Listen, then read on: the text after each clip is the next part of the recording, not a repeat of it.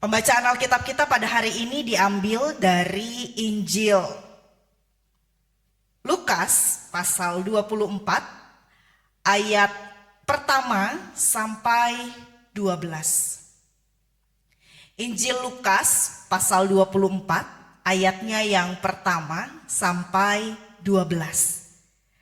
Saya akan bacakan untuk kita semua. Pagi-pagi benar, pada hari pertama minggu-minggu itu mereka pergi ke kubur membawa rempah-rempah yang telah mereka sediakan. Mereka mendapati batu sudah terguling dari kubur itu.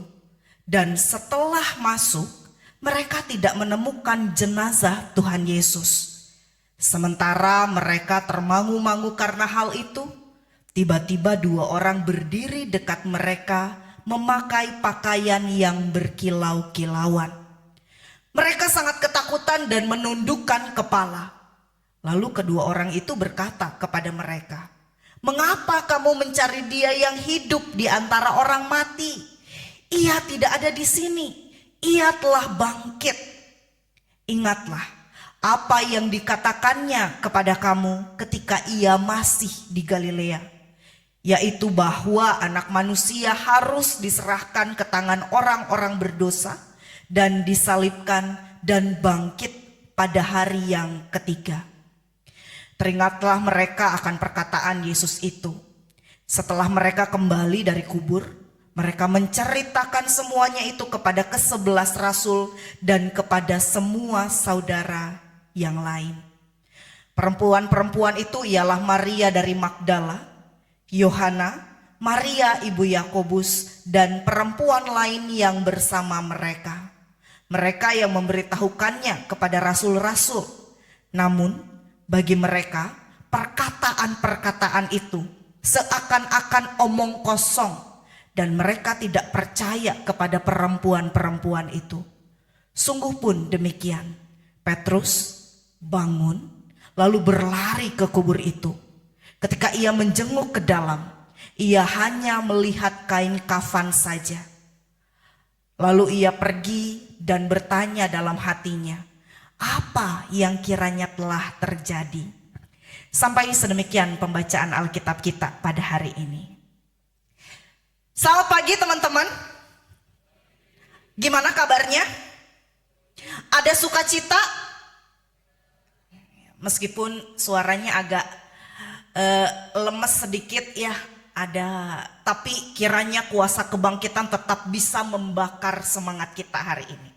Oke, hari ini sebelum kita mulai khotbahnya, aku mau tanya sama teman-teman sekalian dong, pernah gak sih teman-teman, kalau pas kalian lagi scroll Instagram, scroll TikTok, short YouTube, atau mungkin bahkan gak sengaja nemu video di YouTube, terus nemu berita yang absurd banget gitu.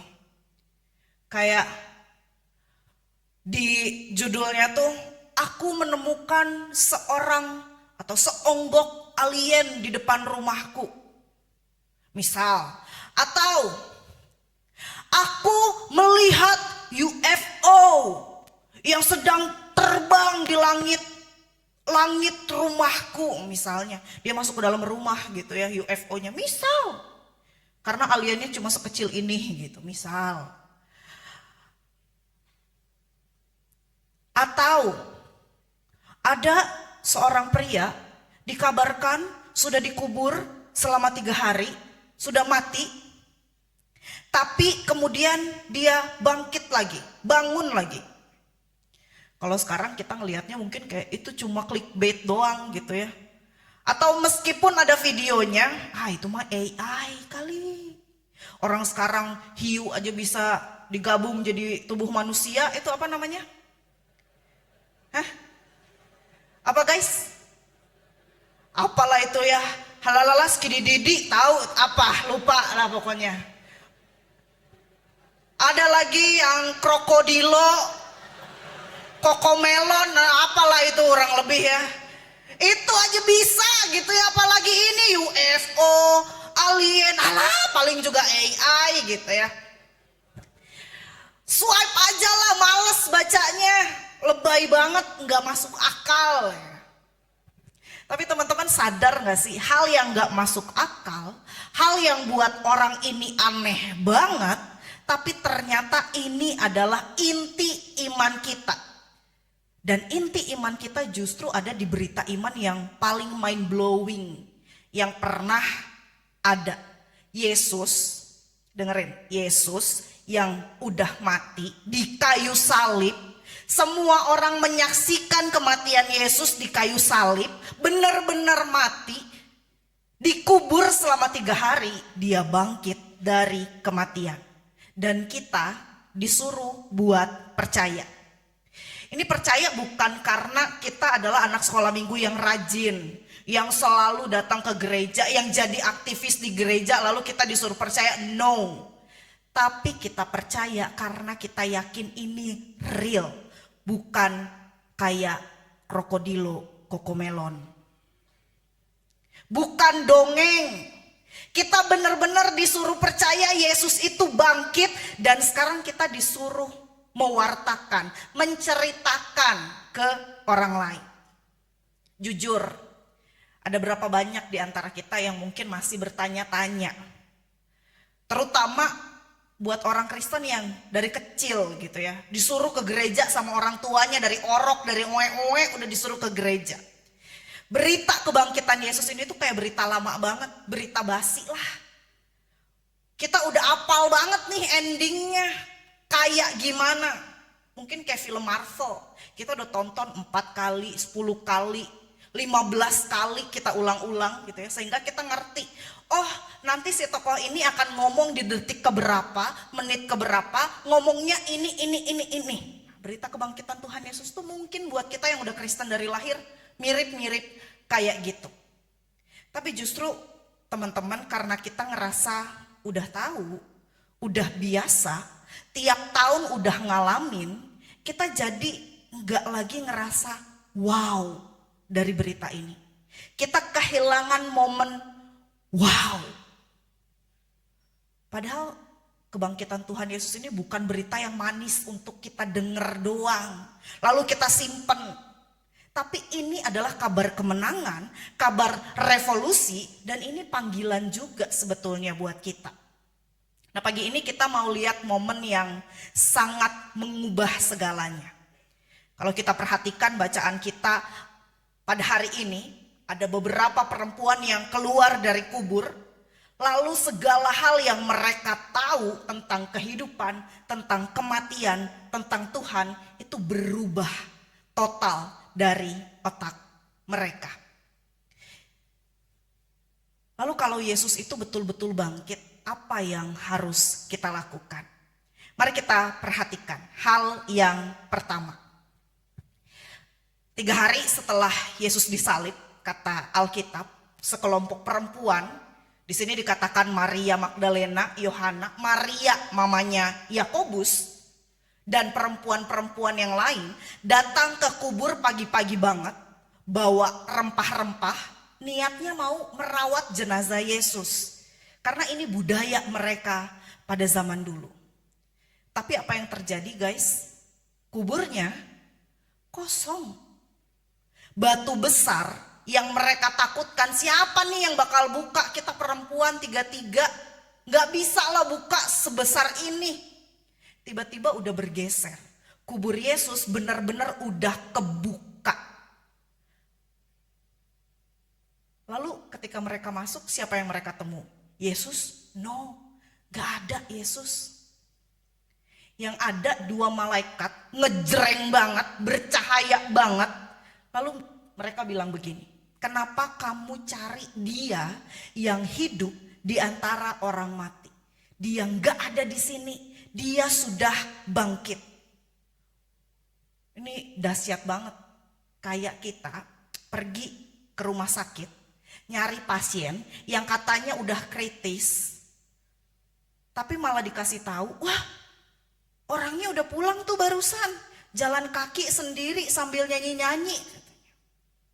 Reaksi kita ya bingung, kaget, gak percaya. Tapi ini justru respons yang menarik.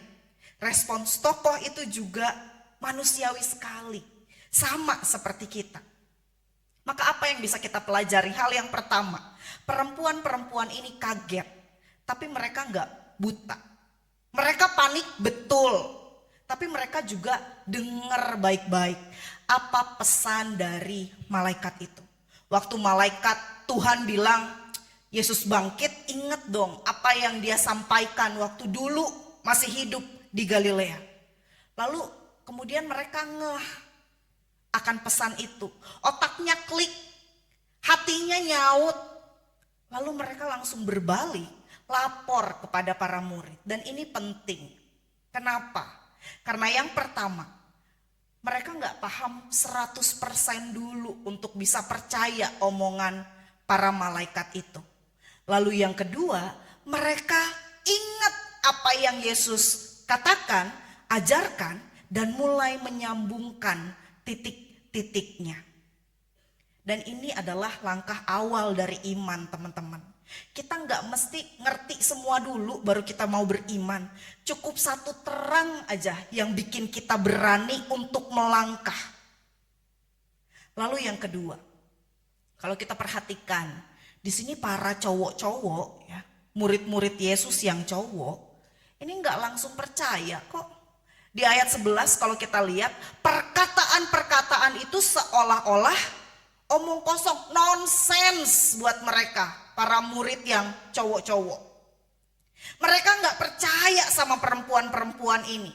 Karena memang waktu itu perempuan itu dianggap sebagai warga negara kelas 2. Bahkan kesaksian mereka di pengadilan aja nggak valid, nggak dipercaya sama orang.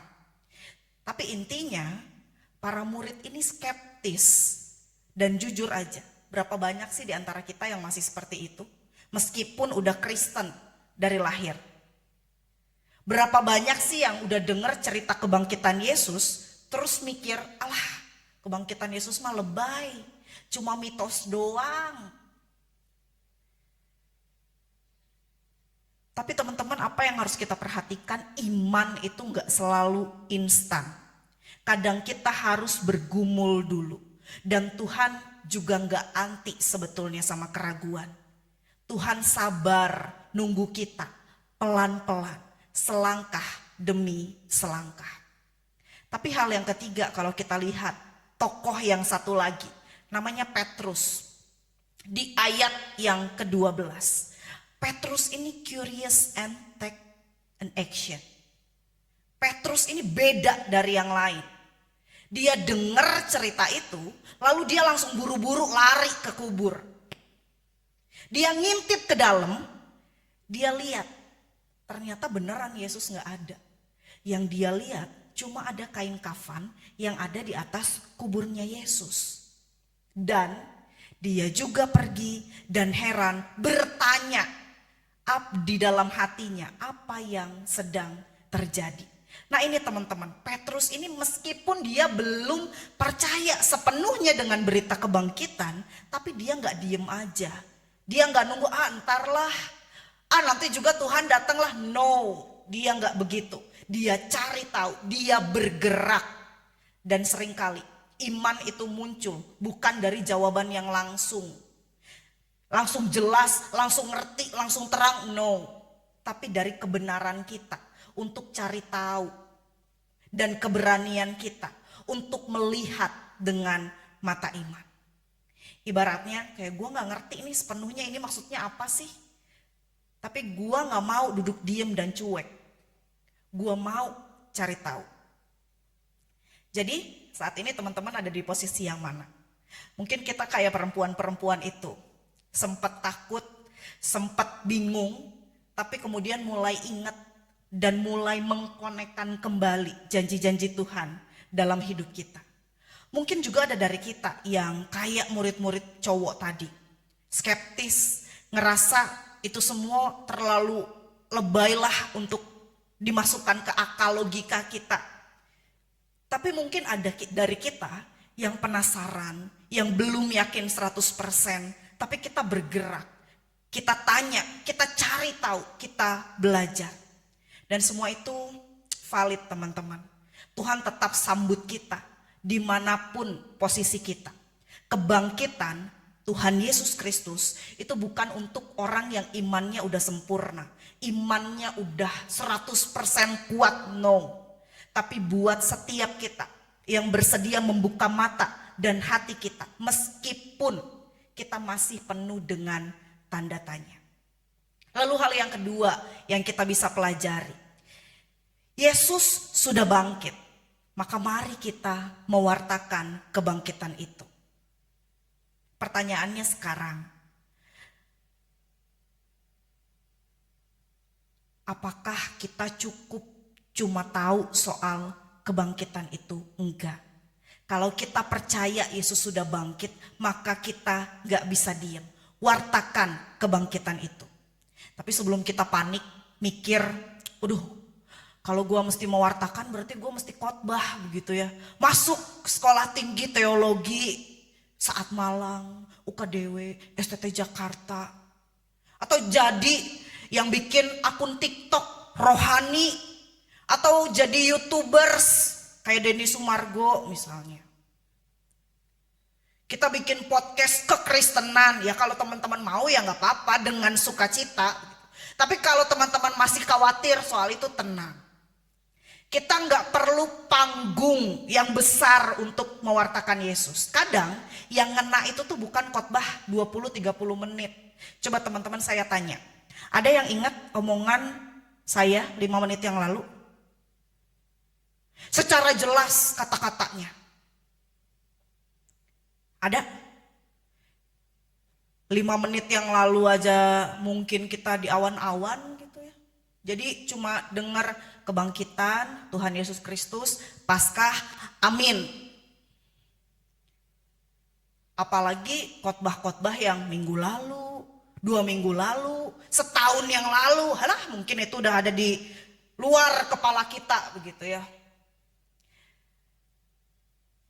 Jangankan tahu apal Kak Devina.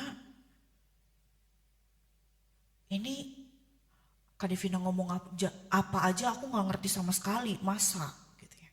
Gak ngerti samsak masa gitu. Tapi teman-teman, orang itu akan ngerti dari lihat dari sikap kita sehari-hari, di kelas, di rumah, di tongkrongan kita. Ketika semua orang ngegosipin satu temen yang itu tuh, apakah kita pilih diem atau malah kita mengatakan yang baik, sesuatu yang baik tentang dia? Ketika teman kita sedang merasakan sedih atau ngerasa dirinya gak layak untuk hidup di dunia ini, apakah kita hadir menjadi rekannya dan mendengarkan dia atau tidak?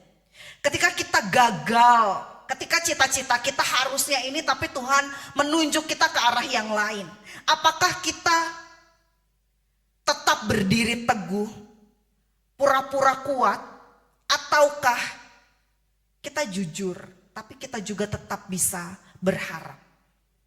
Ini menunjukkan bagaimana kita memberitakan kebangkitan Tuhan Yesus Kristus. Karena kita lagi tunjukin bahwa kita punya Tuhan Yesus Kristus yang udah bangkit dan bikin hidup kita beda lagi. Dan yang kedua, mari kita wartakan dengan kepedulian. Yesus bangkit itu bukan supaya kita naik ke surga nanti, cuma itu doang, meskipun itu salah satunya. Tapi supaya kita juga bisa jadi agen kasih dan pemulihan di dunia sekarang. Artinya kita gak cuek, kita jadi rekan buat teman-teman kita yang struggling. Yesus gak bangkit dari kubur terus langsung naik ke surga, lalu gak peduli dengan murid-muridnya yang lain, no. Tapi Yesus tetap muncul, Yesus tetap menyapa murid-muridnya satu persatu, bangun relasi, obatin luka mereka satu persatu. Maka kita juga dipanggil untuk jadi pribadi yang seperti itu. Ketika teman kita lagi overthinking, jangan cuma jawab, ya elah lu gitu doang dipikirin. Tapi duduk bareng, ajak ngobrol, dengerin apa yang sedang menjadi bebannya dia. Ada teman kita yang dikucilkan karena beda. Jadikan kita orang yang pertama yang mau mendekati dia, yang mau berteman dengan dia. Ada keluarga yang sedang di ujung masalah. Bantu, doakan, hadir sebisanya. Itu bentuk pewartaan kita akan kebangkitan Tuhan Yesus. Dan yang ketiga, wartakan lewat cerita kita. Kadang mikir, udahlah hidup kita tuh biasa aja, gak bisa tuh jadi saksi. Orang cuma berangkat ke sekolah, belajar, nanti les, nanti tidur. Tapi justru teman-teman, cerita kita ini yang paling powerful. Kita gak harus bikin kesaksian yang dramatis kayak aku dulu kriminal. Di penjara sejak aku 17 tahun. Gak perlu kita bikin-bikin cerita begitu gitu ya. Gak perlu. Tapi teman-teman cukup bilang, aku dulu ngerasa hidupku kosong. Tapi waktu aku kenal Yesus, aku dapat damai yang gak bisa dijelasin. Itu kesaksian yang luar biasa dan powerful banget teman-teman. Aku masih sering gagal, tapi aku belajar bahwa Yesus gak ninggalin aku. Ini real banget, ini powerful banget. Dan itu juga memberitakan kuasa kebangkitan Tuhan Yesus Kristus. Jadi mewartakan kebangkitan Kristus. Itu bukan berarti kita harus jadi orang yang rohani banget. Tapi kita harus jadi orang yang berani hidup beda. Berani peduli. Berani jujur supaya siapa Yesus buat kita. Dan percayalah, itu bisa lebih mengubah orang daripada 1000 khotbah yang dibikin oleh Pendeta Devina. Dan kalau kita betul-betul percaya bahwa Yesus sudah bangkit, hidup kita akan jadi kabar baik itu sendiri. Maka teman-teman, Yesus bangkit itu bukan akhir dari cerita, tapi itu adalah awal yang baru. Dan dunia masih butuh dengar kabar ini. Jadi jangan cuma diem di dalam kubur ketakutan kita. Jangan cuma bengong kayak Petrus. Jangan stuck dalam rasa takut seperti para murid. Tapi seperti para perempuan yang pertama yang datang ke kubur Yesus. Ayo kita lari, ceritakan, wartakan, dan hidupi kebangkitan Tuhan Yesus Kristus. Karena dunia ini terlalu gelap untuk terang itu kita simpan sendiri. Yesus sudah bangkit. Dan sekarang giliran kita yang membuat kebangkitan itu nyata di dalam dunia kita, di dalam hidup kita, di dalam generasi kita. Selamat Paskah teman-teman, kiranya Tuhan memberkati. Amin.